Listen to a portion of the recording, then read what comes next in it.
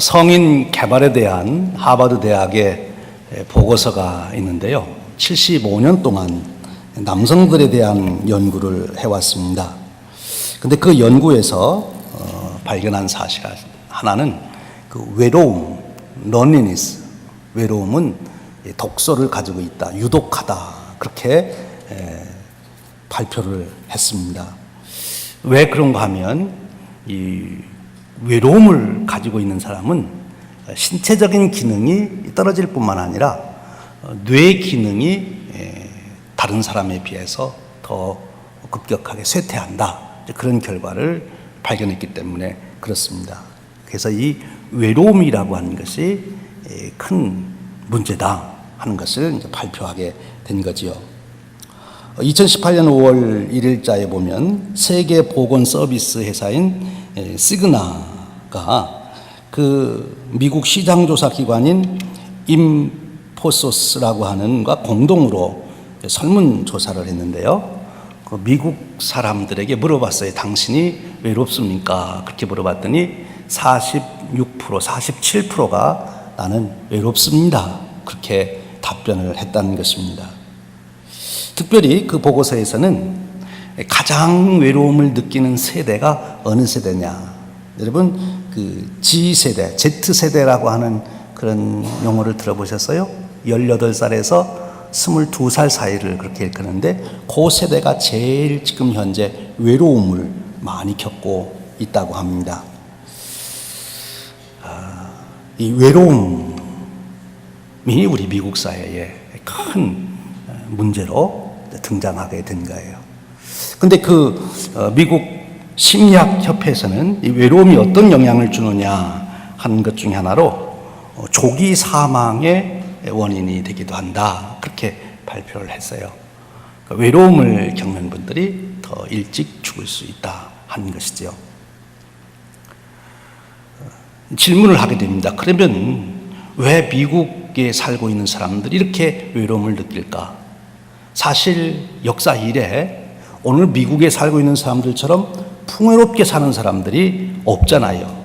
여러분, 우리는 역사 이래 우리처럼 풍요롭게 사는 사람들이 없었습니다. 뭐 옛날 로마인이든 어디든 다 우리보다 열악하게 살았다고요. 오늘 우리처럼 이렇게 편리하게 풍성하게 풍족하게 사는 세대가 없었어요. 그럼에도 불구하고 왜 이렇게 외로움이 많으냐 하는 거지요. 왜 외로움이 많으냐? 여러 가지 이유를 얘기합니다. 현대 문명의 변화 속에서 우리 인간들이 겪게 되는 여러 일을 말하는데, 미국 크리스천 투데이의 그 잡지에 하버드 대학의 의과대학 정신분석학 임상 교수를 지내고 또 가족연구협의회 창설 멤버가 되는 알만드 니콜라이 박사가 그 분이 교수가 의미심장한 경고를 우리에게 주었습니다. 그게 뭔가면 지금 현재 병원에 환자들이 입원해 계시잖아요. 어느 병원에 가든지 환자들이 정말 가득 있어요. 그렇죠? 근데 그 환자들이 어떤 환자들이 앞으로 될 것이냐 하는 그런 면에서 얘기를 했는데, 이렇게 그분 얘기하고 있어요. 앞으로 가족과 사회에 의미 있는 돌봄의 관계가 파괴되는 현상이 발생할 것이다. 이 중요한 단어가 의미 있는 돌봄의 관계가 파괴되는 현상이 일어날 것이다. 특별히 가족 내에서 급속도로 널리 확산이 되고 있기 때문에 정신질환의 발생이 증가하여 병원의 병상을 95%까지 앞으로 정신질환자가 차지하게 될 것이다 라고 경고를 했어요. 그러니까 의미 있는 관계를 가지고 사람은 살아야 되는데, 그것을 가정에서 그 역할을 해줘야 되는데 가정이 해체되고 있기 때문에 이제 사람들은 의미 있는 관계를 가지고 살아갈 수가 없어서 오는 결과로는 정신질환이 늘어난다. 그래서 병원에 입원한 환자의 95%가 그런 사람들일 것이다 라고까지 경고한 거예요. 이 수치를 보고 저는 깜짝 놀랐어요. 정말 그럴 수 있을까? 그런데 하버드 대학의 정신분석학 교수님이 말씀하신 거니까 우리가 무조건 무시할 수는 없는 것 아니겠어요? 그래서 우리는 다시 한번 가정의 달을 맞이하면서 이 가정의 소중함, 왜 하나님은 가정을 우리에게 이루도록 창조해 놓으셨는가? 이 가정은 하나님의 창조의 질서로 하나님이 만들어 놓으신 아주 중요한 기관이 되는 거거든요. 우리 인간을 창조하시고 인간이 살 수 있는 모든 조건을 마련하시되 우주 만물을 만드시고 풍성하게 모든 것을 주시고 에덴 동산을 창설하시고 거기에 사람을 두셨습니다만 그것으로 끝내지 아니하고 하나님은 가정을 만들어 주시면서 그 가정에서 인간이 살아갈 수 있도록 그렇게 섭리를 하신 거지요. 그래서 우리는 가정에서 태어나서 가정에서 양육을 받고 그리고 가정에서 떠나게 됩니다. 가정을 떠날 수가 없는 거지요. 그 가정을 주신 이유. 우선 오늘 미국 사회를 진단하며 이 외로움의 문제를 우리가 말하게 되는데 바로 이 가정의 회복이 이루어지면 외로움의 문제는 저절로 해결된다. 가족들끼리 의미 있는 관계를 잘 갖게 되면 그러면 외로움의 문제는 해결이 된다. 그렇게 볼 수 있어요. 어떻게 우리가 그것을 알 수 있어요? 하나님이 처음 가정을 창조하실 때 그 이야기를 보면 우리는 확실하게 알 수 있는 거죠. 창세기 2장 18절에 보면 이렇게 말씀합니다. 여호와 하나님이 이르시되 사람이 혼자 사는 것이 좋지 아니하니 내가 그를 위하여 돕는 배필을 지으리라. 혼자 사는 것은 좋지 않다는 거예요. 하나님이 보실 때. 그 에덴 동산에서 부족함 없이 사는 그리고 모든 만물을 다스리는 권세와 지혜를 가진 아담인데도 혼자 사는 게 안 좋아서 하나님이 돕는 배필을 지어주겠다. 그렇게 하시고 가정을 세우시는 거예요. 그리고 24절에 그 가정의 아주 중요한 원리를 이렇게 말씀합니다. 이러므로 남자가 부모를 떠나 그의 아내와 합하여 둘이 한 몸을 이룰지로다.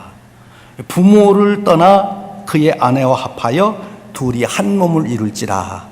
요 말을 요즘 말로는 의미 있는 관계를 가져야 된다. 이렇게 이제 말하는 것입니다. 둘이 한 몸을 이루어야 된다. 그 가정의 축복을 말씀하시는 거예요. 오늘 이 시대에 우리가 참 아픕니다. 가정 때문에. 우리 중에도 이미 가정의 어려움을 겪고 있는 분들이 계실 거예요. 그렇다 할지라도 우리가 다시 한번 하나님 말씀으로 돌아가서 내 자신만이 아니라 내 자녀들, 내 후손들에게까지도 우리가 꼭 가르치고 전달하기 위해서라도 왜? 하나님께서 만물의 창조의 완성으로 가정을 주셨기 때문에 이 가정의 소중함을 우리가 아는 것이 참으로 중요한 거예요. 1차적으로 우리는 지금 내가 그런 가정을 이루든 안 이루든 관계없이 우리가 먼저 알아야 될 것은 하나님의 창조의 질서로 우리에게 가정을 주시고 우리 인간은 가정에 뿌리를 두고 살아갈 수밖에 없는 존재다. 그래서 무엇보다도 우리는 가정을 지키는 일에 힘써야 된다. 그런데 이 가정을 세우기가 쉽지 않다는 거예요. 왜 그런지 아세요? 가정이 너무나 소중하기 때문에, 가정이 너무나 귀하기 때문에. 여러분, 귀한 것은 얻기가 쉽지 않잖아요. 가정이 귀한. 더 영적으로 해석하면 사탄은 어떻게 해서라도 하나님을 대적하고 하나님이 하신 일을 망가뜨리려고 하는데 하나님이 창조해 놓으신 최고의 작품은 인간입니다. 그리고 하나님이 인간을 창조하실 때는 인간이 행복하게 살도록 목적을 두고 창조하셨어요. 그래서 그 행복하게 살 수 있도록 가정이라고 하는 터전을 주었기 때문에 사탄은 어떻게 해서라도 인간이 행복하지 못하게 살도록 만드는 것이 사탄의 목적이에요. 그러다 보니까 전략적으로 가정을 공격해야 되겠다. 가정을 하나님이 계획해 둔 대로 못 세우도록 만들어야 되겠다. 이 가정만 제대로 못 세우게 만들면 그 사람의 인생 가운데 행복하게 못 살게 할 수 있으니까 그것이 사탄의 전략이 돼버렸다. 그렇게 우리가 볼 수 있어요. 여러분, 에덴 동산의 이야기를 통해서도 우리가 금방 알 수 있잖아요. 아담과 하와가 얼마나 행복했습니까? 뼈 중에 뼈요, 너는 내 살 중에 살이라 하고 너무 행복해 했는데 아담이 와서 그들을 유혹하여 죄를 짓게 만들니까 그 죄의 속성의 하나가 자기 중심성이에요. 이기심, 탐욕, 자기중심성, 자기에게 집중하는 것. 그렇게 되다 보니까 결국 아담과 하와가 서로 의미 있는 관계가 아니라 분열을 겪게 되는 것을 볼 수 있어요. 그게 가정이 파괴가 되어 가지 않습니까? 그리고 더 이어지는 내용을 보면 그 자녀 세대에 와서는 형제끼리 살인하는 그런 일까지 생기게 되는 거예요. 이 세상에 얼마나 혈육의 관계가 소중한 것인데, 바로 혈육의 관계가 한 몸을 이루는 것이고 혈육의 관계가 하나됨을 경험하는 것이고 그것이 의미 있는 관계인데, 즉 내가 너를 어떤 수단으로 만나지 아니하고 너를 목적으로 만나는 것이 의미 있는 관계예요. 내가 너 때문에 편하고 즐거움을 얻기 때문에가 아니라 내가 너를 위해서 희생하기 때문에 내 속에 기쁨이 일어나는 그 사랑이 생기는 그 일, 그 사랑을 그 심령 속에, 그 마음, 그 인간 속에 사랑의 샘물이 터지기 전까지 인간은 진정한 행복을 누릴 수가 없어요. 행복이라고 하는 것은 사랑에서 오는 것인데, 그 진실된 사랑은 자기 안에서 행복의 샘이 터지는 거예요. 누군가를 위해서 내가 희생하고 노력하고 땀 흘리고 그리고 기뻐할 수 있는 것, 그것이 사랑이에요. 근데 그것이 가정이라고 하는 현장을 통해서 이루어지도록 하나님은 만드셨다는 거예요. 근데 우리가 지금 그러지를 못하는 거지요. 그래서 우리가 힘들게 된 거예요. 그럼 어떻게 우리는 그러면 이 하나님이 주신 축복을 회복하기 위해서 전략적으로 가정을 회복해야 되는데, 가정을 회복하기 위해서는 그러면 어떻게 해야 되느냐? 오늘 우리가 읽은 성경 말씀에서 그 지혜를 우리에게 가르쳐 주시고 있습니다. 시편 128편의 말씀이에요. 이 시편 128편의 말씀은 그 제목이 어떻게 붙어 있는가 하면 성전에 올라가는 노래, 그렇게 돼 있어요. 이스라엘 백성들이 포로에서 돌아와서 성전을 건축하고 이제 성전에 예배드리러, 제사를 드리러 올라가면서 그들이 찬양을 불렀어요. 그 찬양 중에 하나가 바로 시편 128편입니다. 나라가 망해서 포로가 됐습니다. 이제 적국에 끌려가서 노예 생활을 하다가 하나님의 은혜 가운데 해방이 돼서 돌아와 나라를 세우고 그리고 성전을 짓고 예배를 드리러 갑니다. 그들이 무슨 생각을 하면서 예배를 드리러 올라갔을까요? 그들이 하나님을 만나면서 하나님께 무엇을 요청하기 위해서 그들이 성전에 나갔을까요? 나라가 망하고 포로가 되고 노예 생활하며 그 온갖 인간의 고난을 다 겪으면서 그들이 깨달은 바, 이것이 인생에서 정말 소중하고 귀한 것이다. 하나님, 이것을 우리에게 주십시오. 그 자기들이 인생에서 깨달은 보화를 달라고 하나님 앞에 나가지 않았겠어요? 어떠세요? 오늘 여러분들은 교회에 오시면서 예배 드리면서 하나님께서 여러분들에게 은혜를 베푸시고 오늘 여러분들에게 내가 너를 위해서 무엇을 해줄까 그런다면 여러분들은 무엇을 주십시오 하고 이렇게 하기 위해서 오셨습니까? 이스라엘 백성들은 그랬을 거예요. 나라가 망하고 노예 생활하면서 그들이 깨달은 바 가장 인생에 소중한 것이 무엇일까? 시편 128편에 나와 있어요. 세 가지를 시편 128편은 말합니다. 그리고 그것을 복이라고 설명하고 있어요. 복. 우리 복 받는 거 좋아하잖아요. 복을 받아야지. 복 있는 인생이 돼야죠. 복이 있어야 행복한 거예요. 복 없이 사는 거는 삭막한 거지요. 그런데 하나님께서 우리에게 주시는 진짜 복을 받아야 되는 거지요. 가짜 복 말고요. 이 시편 128편에는 진짜 복 세 가지를 지금 이스라엘 백성들은 사모하고 있는 거예요. 성전에 나아가면서 그 노래를 부르고 있는 거예요. 하나님께서 우리에게 이 세 가지 복을 주십시오. 그 첫 번째가 뭡니까? 내가 내 손이 수고한 대로 먹을 것이라. 일터의 복이에요. 우리가 살아가면서 우리가 일하는 내 일터가 복이 되지 아니하면, 내가 수고를 열심히 하는데 헛수고가 되면 그런 인생이 행복할 수는 없는 거지요.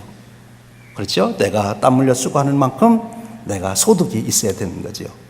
그 일을 얘기하는 거고요. 두 번째로가 3절 4절 말씀이에요. 내 집 안방에 있는 내 아내는 결실한 포도나무 같으며 내 식탁에 둘러앉은 자식들은 어린 감람나무 같으리로다. 여호와를 경외하는 자는 이같이 복을 얻으리로다. 그래서 여기서는 가정에 복을 말씀하고 있어요. 우리 인간이 살아가면서 가장 소중히 여겨야 할 또 하나, 그것은 가정이라는 거죠. 가정의 축복. 여러분들이 정말 일터를 얻기 위해서, 좋은 일터를 얻기 위해서 열심히 노력하는 만큼 사실 우리는 가정을 위해서도 그렇게 소중히 여기고 열심히 노력해야 되는 거죠. 일터가 저절로 내게 주어지지 않는 것처럼 가정 또한 저절로 떨어지는 것이 아니라는 거예요. 그리고 또 하나가 뭡니까? 5절 6절에 가보면 여호와께서 시온에서 내게 복을 주시올지어다 너는 평생에 예루살렘의 번영을 보며, 이런 말씀이 있어요. 그 다음에 이스라엘에게 평강이 있을지어다, 하나의 국가를 말하는 거죠. 여러분, 나라 없는 백성이 얼마나 비참한지 아시죠? 이들은 멸망해 봤기 때문에 아는 거죠. 나라가 망해 봐야 나라의 소중함을 사실 알 수 있어요. 그런데 오늘 우리가 집중하는 것은 세 가지 중에 바로 가정의 복. 나라를 세우기 위해서도 노력해야 되고 일터를 얻기 위해서도 노력해야 되지만 가정도 저절로 주어지는 것이 아니고 우리가 가정을 위해서도 축복된 가정을 세우기 위해서 수고해야 된다.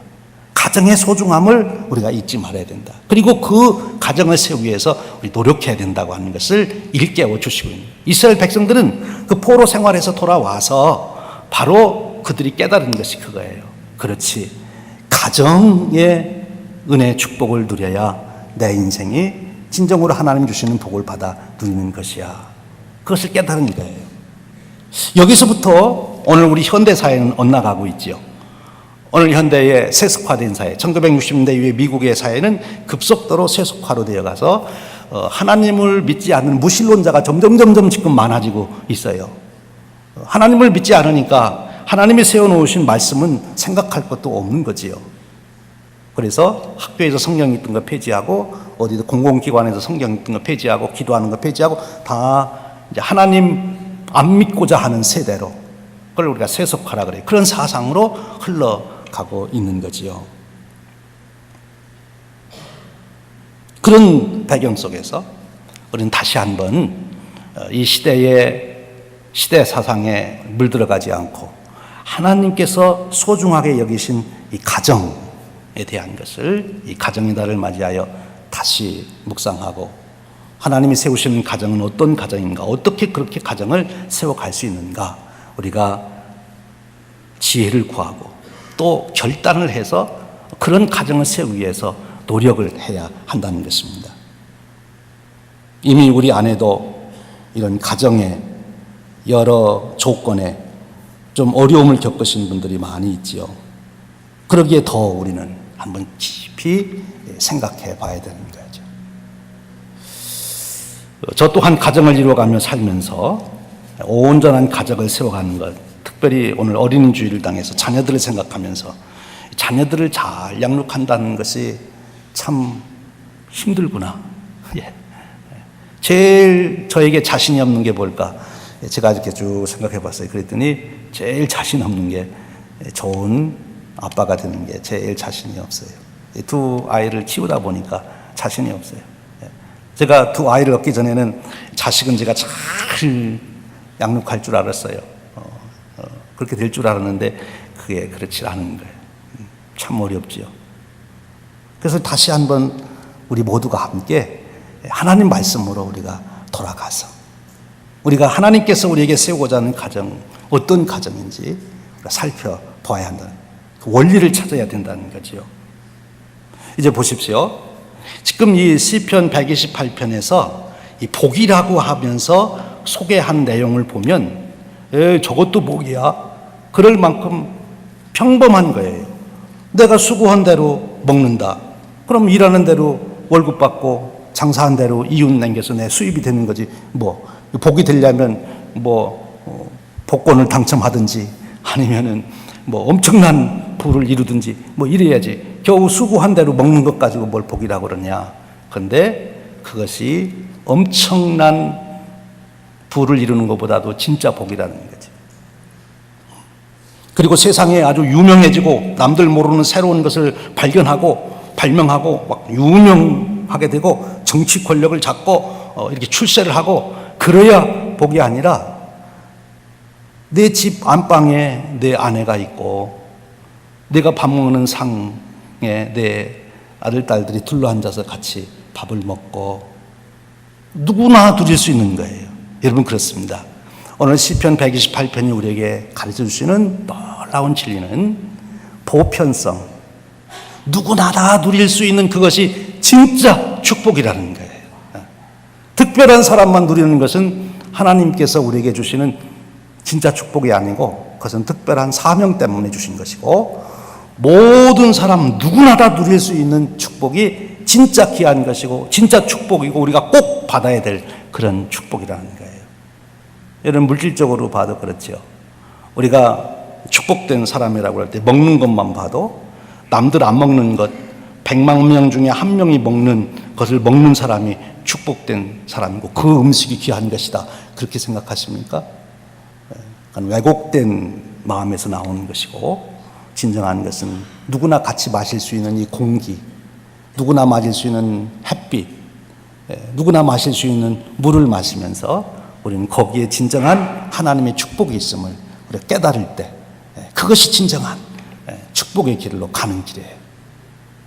오늘 지금 시편 128편은 엄청난 집을 짓고서 그 가정이 행복했다, 뭐 그런 얘기 아니에요. 엄청나게 가족 중에 누가 출세해서 그런 것이 아니에요.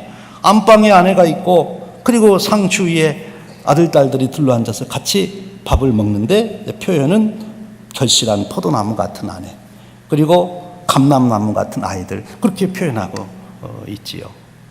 가정의 다복한 행복을 말하고 있는 것입니다. 그런데 이것을 복이라고 얘기했어요. 복이라고. 복은 누가 주시는 것입니까? 하나님이 주시는 거죠.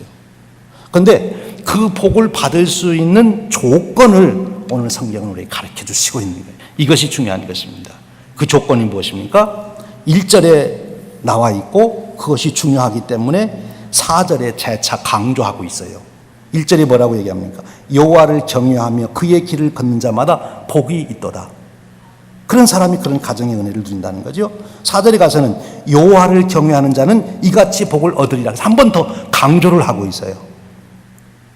하나님께로부터 가정의 행복은 복으로 받는 것인데 그 복을 받으려면 내가 행복을 만들려고 하지 말고 원리가 있다는 것입니다. 그 원리는 여호와를 경외하라는 것입니다. 경외. 우리가 신앙생활이라고 하는 그 신앙생활의 본질이 뭐냐? 그러면 여호와를 경외라는 말을 쓰는 거예요. 경외라고 하는 말이 그러면 무슨 뜻일까? 그것은 이런 것입니다. 그분의 말씀을 절대로 거역할 수 없는 말씀으로, 명령으로 내게 와 닿아서 내가 그 말씀을 순종할 수밖에 없는 그런 우약감을 느끼는 것을 경외라고 그래요. 경외는 높여 두려움을 갖는 거거든요. 절대 그분의 말씀을 거절할 수 없는, 절대 순종할 수밖에 없는 그런 마음, 그런 느낌을 갖는 것, 그것을 경외감이다, 그렇게 얘기합니다. 여러분 하나님을 어떻게 생각하십니까? 우리가 신앙생활 잘한다 할 때 하나의 구체적인 예를 들자면, 저 사람은 이런 일을 한 걸 보니까 신앙생활 참 잘한 사람이야, 그렇게 말할 때 제일 크게 누구든지 맞아, 그렇게 했으면 신앙이 좋은 거지, 그렇게 말할 수 있는 일이 있습니다. 그게 뭔 거면 교회당을 하나 지어서 바치는 거예요. 여러분 교회당 지어서 바쳐보셨어요? 교회당 지어서 바치면 저 사람은 참 신앙생활 잘한다, 그렇게 할 수 있어요. 근데 성경에 보니까 성전을 지어 바친 사람들이 있는데, 다윗은 직접 성전을 짓지 않았지만 엄청난 헌금을 해서 성전 모든 자원을 준비하고 인부들까지 다 일꾼들까지 준비시켜놔서 아들 솔로몬이 성전을 짓도록 그렇게 성전을 지었어요. 그래서 다윗이 성전을 지은 것을 통해서 우리는 다윗은 정말 신앙이 좋은 사람이다, 하나님을 경외한 사람이다 라고 말할 수 있지요. 그런데 성전을 또 잘 지은 사람 또 한 사람이 있어요. 다윗 성전, 솔로몬이 지은 성전 버금가게 잘 지은 사람이 있는데 그게 누군가 헤롯 대왕입니다. 헤롯 대왕은 이 벽돌을 쌓을 때 벽돌 사이에 다 금을 끼워 쌓았기 때문에 나중에 그 성전을 로마 군인이 와서 무너뜨릴 때에도 돌 위에 돌아남지 않도록 다 무너뜨렸어요. 그러니까 성전을 금으로 지은 거니까 얼마나 성전을 화려하게 잘 지었어요? 그런데 헤롯 대왕이 여호와를 경외했나요? 우리가 아는 대로 경외는 안 했는데, 그런데 성전은 그렇게 잘 지었어요. 이것은 무엇을 우리에게 일깨워 주는가 하면, 외적으로 나타나는 내가 하는 일들, 교회 나와서 뭘 일을 하고 어려운 사람을 돕고 뭐 선교를 가고 뭘 하고, 그런 것들이 정말 그 안에 여호와를 경외함으로 그 일을 할 수도 있지만, 사람은 자기 집중과 자기 치면과 자기 어떤 목적 때문에 얼마든지 할 수 있어요. 헤롯 대왕이 정치적인 이유 때문에 성전을 지은 것처럼 이스라엘 백성들, 자기는 에돔 사람으로서 이스라엘 백성들이 지지를 못 받는다는 것을 알고 어떻게 하면 이스라엘 백성들이 자기를 좋아하게 할까 만들까 해서 성전을 지어준 거예요. 하나님 경외가 아니고 정치적인 목적으로. 그러나 다윗은 그 속에 정말 하나님께 예배하고자 하는 마음으로 또 그 일을 위해서 성전을 지었던 거죠. 하나님을 경외한다고 하는 것은 오늘 우리가 예배를 드리든지 무슨 일을 하든지 하는 그 일 속에, 그 일이 하나님을 생각해서 하나님의 말씀이기 때문에, 하나님이 말씀하셨으니 내가 거역할 수가 없지, 그래서 그 말씀에 절대 순종하는 그 마음, 그것이 여호와를 경외한다 하는 것입니다. 이 여호와를 경외하는 자에게 바로 하나님은 이런 복을 주시겠다고 말씀하셨어요. 그러면서 그의 길을 걷는 자마다, 이 그의 길을 걷는 자마다, 이건 뭔가면 구도의 길을 간다는 거죠. 이 구도의 길의 본질적인 의미는 이거예요. 하나님께서 하시고자 하는 뜻이 무엇일까? 하나님은 나를 통해서 무엇을 이루시기를 원할까? 하나님은 우리 가정을 통해서 무엇을 하시기를 위해서 우리 가정을 세워주셨을까? 내가 이 사람과 만나서 한 부부가 돼서 살아가게 하신 하나님의 목적과 사명과 뜻이 어디에 있을까? 그것을 계속 찾아보고 추구하고 그것을 발견하고 그것을 따라가려고 하는 사람, 그 가정 위에 하나님은 이 축복을 주시겠다 하는 거예요. 사명을 따라 살아가는 가정이지요. 하나님이 주시는 가정의 행복은, 그리고 가정의 견고함은 큰 집을 사서가 아니고, 그리고 뭔가 엄청난 사람들로부터 주목을 받는 그런 인기를 얻는 일을 해서가 아니라 바로 하나님의 말씀의 절대 순종, 그리고 하나님의 뜻을 쫓아서 우리 가정이 해야 될 일이 무엇인지를 생각해보고 그 뜻을 따르려고 하는 그 가정 위에 하나님은 이렇게 평강의 축복, 둘이 하나가 되는 축복을 주시겠다는 거예요. 둘이 하나가 되는 축복. 그러니까 이 가족은 아담 혼자만 하나님 잘 섬겨도 안 되고 하와 혼자만 하나님 잘 믿어도 안 되는 거예요. 아담과 하와가 동시에 같이 하나님을 경외해야 그래야 되는 거예요. 아담 혼자 하나님의 뜻을 쫓고 하와 혼자 하나님의 뜻을 쫓아서는 안 돼요. 둘이 함께 한 몸을 이루어야 운명 공동체가 되는 거죠. 그럴 때 그 가정에 하나님 주시는 행복, 축복이 이루어진다, 그 말씀을 주시는 거예요. 오늘 시편 128편은 우리가 이 땅에서 누려야 될 최고의 세 가지 복 중에 하나가 가정인 것을 일깨워 주셔서 우리가 가정을 어떻게 해서도 귀하게 여겨야 된다, 이것을 깨우쳐 주시고, 어떻게 그런 가정을 세울 수 있는가? 그것은 하나님을 경외하고 그의 길을 걷는 자가 되어야 된다고 하는 이 원리를 가르쳐 주시고 있습니다. 사랑하는 여러분, 이 말씀 앞에 우리 모두가 다 부끄럽지요. 그런데 어떻게 하시겠어요? 우리 공정 뉴스를 들어보면 어느 건물이 겉은 멀쩡했는데 무너졌다고. 왜 무너졌냐 그랬더니 답은 그거예요. 설계도대로 안 지어서 무너졌다고. 오늘 우리 가정들이 그렇습니다. 왜 가정이 무너집니까? 하나님이 만들어 놓은 가정의 설계도대로 우리가 가정을 세우면 절대 그 가정이 안 무너지는데, 그런데 그 설계도대로 안 지어서 그런 거예요. 그럼 여러분 어떻게 하시겠어요? 어떤 분들은 설계도를 고치려고 하는 분들이 있어요. 자기 집을 고쳐야 되는데 집을 안 고치고 설계도를 고쳐요. 잘못된 거죠.